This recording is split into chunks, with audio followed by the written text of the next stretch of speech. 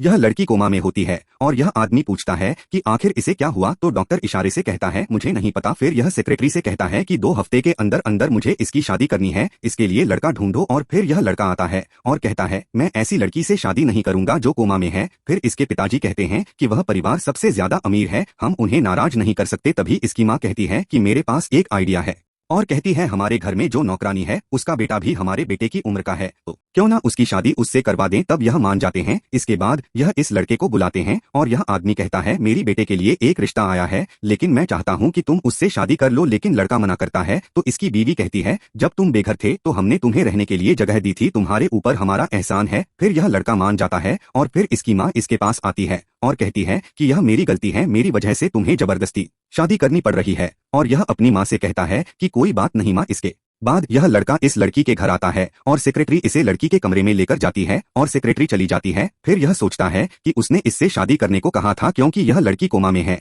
और खुद शादी नहीं की। और तभी इस लड़की के दादा आते हैं और लड़के को एक कार्ड देते हैं और बहुत सारे गिफ्ट, लेकिन लड़का इन्हें लेने से मना कर देता है। इसके बाद यह आदमी कहता है कि तुम अब इस घर के दामाद हो तो तुम यह चीजें अपने पास रख लो और फिर यहाँ से चले जाते हैं। इसके बाद यह लड़का कहता है तुम भले ही कोमा में हो लेकिन मैं तुम्हारी अच्छे से देखभाल करूंगा। फिर यह सेक्रेटरी आती है और कहती है तुम सोफे पर सोओगे। तब यह लड़का कहता है कि मेरी शादी इस लड़की से इसके बिना मर्जी के हुई है, इसलिए मुझे इसका सम्मान करना चाहिए। फिर यह लड़की कहती है तुम अच्छे लड़के हो और यहाँ से चली जाती है। इसके बाद यह आदमी इस लड़के को फाइलें देता है और कहता है अब तुम्हें इस कंपनी को संभालना होगा, लेकिन यह लड़का मना करता है। फिर आदमी कहता है कि मेरी पोती 2 साल से कोमा में, इसलिए तुम्हें इस कंपनी को संभालना होगा। फिर लड़का मान जाता है। फिर यह लड़का घर जाता है और जैसे ही रूम में देखता है तो लड़की रूम में नहीं होती। फिर यह इस आदमी के पास जाता है और कहता है कि वह अपने रूम में नहीं है। तभी लड़की आती है और कहती है मैं कोमा में थी, मरी नहीं थी।